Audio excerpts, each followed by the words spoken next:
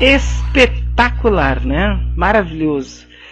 É isso que a gente tem que pensar, assim, né? Clareou, dá uma olhada em volta, percebe que tem coisas e tanta coisa que poderia não estar acontecendo se o ser humano, se a raça, né, humana fizesse opção pela paz, pelo amor, por viver bem, viver em paz, né? Mas não é assim que funciona. As pessoas têm um pensamento muito tribal, né? Então, com esse pensamento tribal, fica difícil. Quando eu falo tribal, eu quero dizer que, de repente, a pessoa é de uma etnia, né? E daí, então, ela é quase ela odeia a outra etnia, né? Então, tem uma cor e odeia os outros que têm outra cor. E ao invés, não é, de olhar isso como exatamente a exuberância que a própria natureza nos mostra, né? Você vai, por exemplo, num jardim, ou então na mata mesmo, né? Onde não tem um jardineiro responsável, e tu encontra ali, inclusive, inso e tal, ervas daninhas,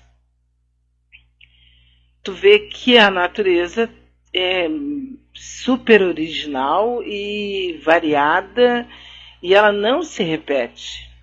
É incrível, mas você não encontra duas folhas exatamente iguais na mesma árvore, do mesmo galho.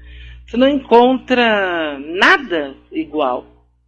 Há uma diversidade, né? Uma variedade impressionante que a natureza nos oferece. E daí nós aqui, os bichos de duas patas, que se julgam racionais, inteligentes e blá, blá, blá, blá, blá, querem que o mundo espelhe a sua verdade, o seu jeito de ser e, claro, né, a sua aparência, a sua etnia. É horrível quando a gente pensa que isso pode causar, inclusive, uma guerra. Já causou guerras, inclusive de cunho internacional, né? Guerras mundiais, e que estamos aí de novo, na mesma esquina da imbecilidade desse animal de duas patas que julga ser o mais importante, o racional, o etc. e tal, né? Coisa muito séria. Por isso que tem que pensar sempre, que nós estamos num mundo com uma diversidade incrível e que poderíamos ser super felizes por causa disso, né? Só que não, né?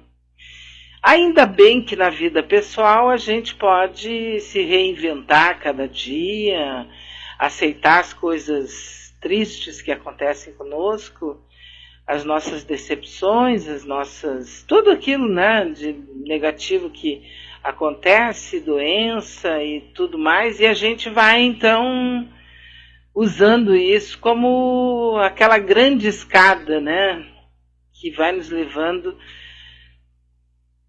para, evidentemente, a gente evoluir. Muito bem. Nós estamos com 24 graus, vamos aos 28 hoje, umidade de 73%.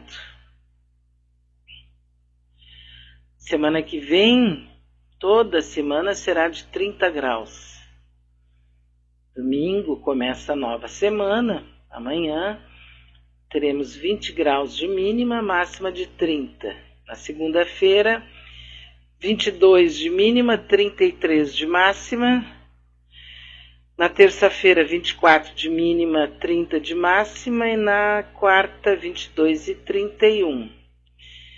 Tá tudo bem, né? Não tem ninguém aí, nada, nenhuma cidade. Até Florianópolis também está ali com 25 graus.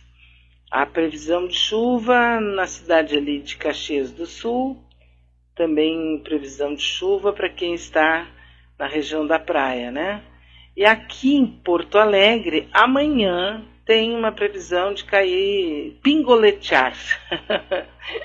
Alguma coisa pouca, né? Bem pouquinha, mas vai ter sol também, né? Sabe que eu tô assim parada um pouco porque eu já li muita coisa, obviamente, desde que eu me sentei, né, e comecei a ler os sites e tal. Já li muita coisa. E às vezes a gente fica meio aborrecida, né? Eu li agora há pouco, né, o secretário de Educação aqui do Rio Grande do Sul, não sei o nome dele, ele diz que não haverá tempo para recuperar ano letivo até o início do próximo. Porque ele não vai resolver a situação, né, da greve dos professores. E os políticos, os nossos representantes ali, o pessoal da Assembleia, de férias. Sabe que eu considero isso um absurdo? Eles não poderiam sair, fazer recesso, enquanto houvesse greve, tendo em vista a situação de milhares de crianças e o desespero dos professores. Eles tinham que ficar para encontrar uma solução. E me parece até abandono de emprego, entendeu? Porque uma coisa básica, educação, que todos eles, quando vão fazer campanha eleitoral, enchem a bocarra para falar sobre educação. Não, porque é educação, porque vamos fazer, vamos acontecer. Aí chega numa situação como essa, os professores fazem uma greve justíssima, necessária, que eu sei que causa problemas. Ainda outro dia eu estava dizendo, né, para Sheila, minha filha, e mais a outra menina que estava conversando, a outra moça, e as duas são filhas da greve. As duas hoje são adultas, têm família, eu já vivi isso, já passei por isso, sei muito bem.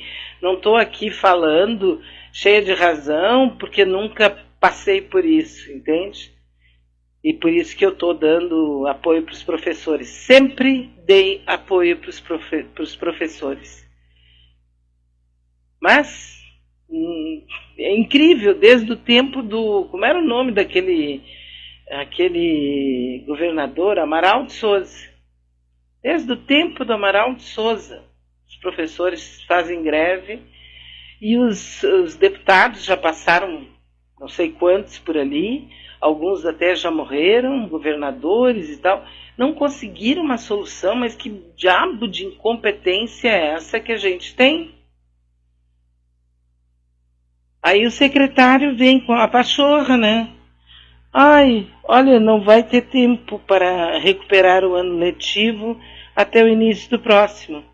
E desculpe, mas sábado eu vou para a praia. Como assim, majestade? Tinha que chamar, tinha que fazer alguma coisa, tinha que fazer um trololó que fosse. Mas não, essa pasmaceira. Eu não sei se isso acontece contigo também, mas isso me atinge. Primeiro que eu fico puta da cara com os deputados. Sinceramente, acho assim a posição deles indefensável. Não tem justificativa, eles podem falar não, porque blá blá blá, porque para mim não tem justificativa. Eles tinham que estar de plantão, eles tinham que estar no Palácio Piratini, eles tinham que estar com as forças vivas do Rio Grande do Sul.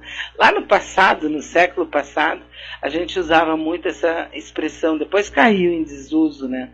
As forças vivas seriam ali o diretor, o presidente das grandes companhias, enfim, os pensadores, né? As pessoas que de alguma maneira deem visibilidade.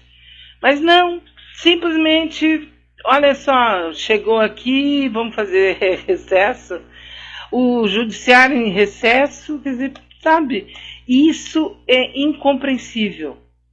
E claro, a gente fica, né, também naquela velha preocupação. O que nos torna pessoas tão passivas? Gente, nós não somos pacíficos, nós somos passivos. É como se as pessoas estivessem hipnotizadas, elas não têm reação. Isso é com o teu filho.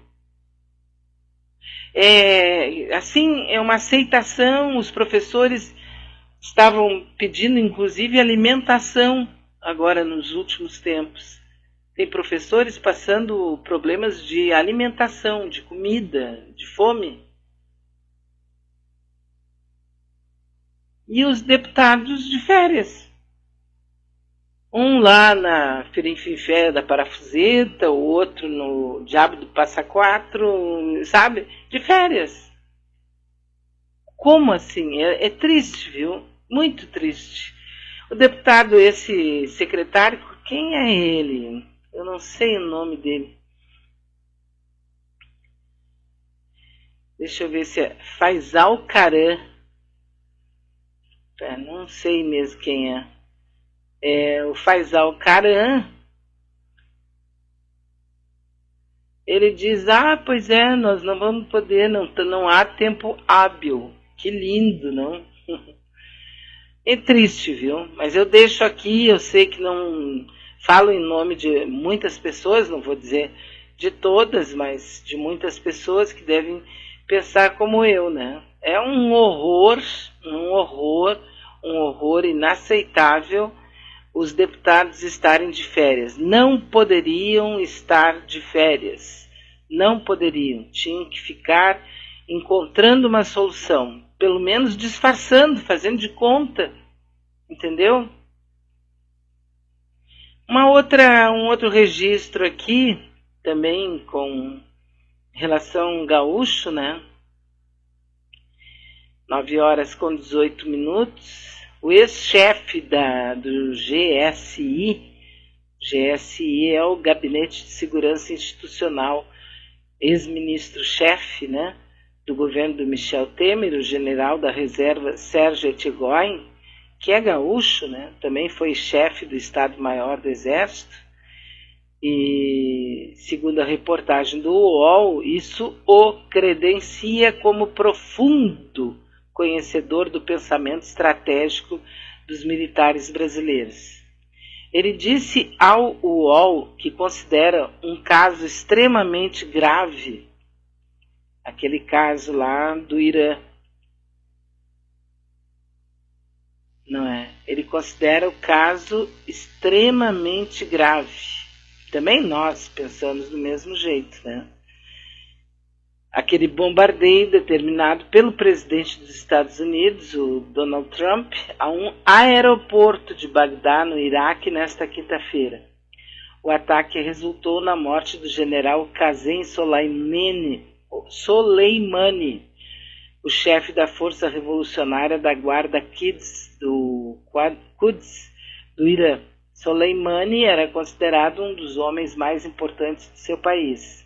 A versão americana é de que se estaria preparando um ataque contra alvos americanos. Se os Estados Unidos... Isso aqui já é fala do Etchegoyen, né? A versão americana é de que se estaria preparando um ataque contra alvos americanos. Se os Estados Unidos apresentarem provas disso, reduz-se a repercussão, mas apenas reduz, pois escancara a atitude norte-americana de xerifes do mundo e a visão extraterritorialista da sua legislação. O militar, general da reserva, né, Sérgio Etchegoyen, ele classifica o ataque como um caso extremamente grave para o mundo. Etchegoyen explica, na minha opinião, a gravidade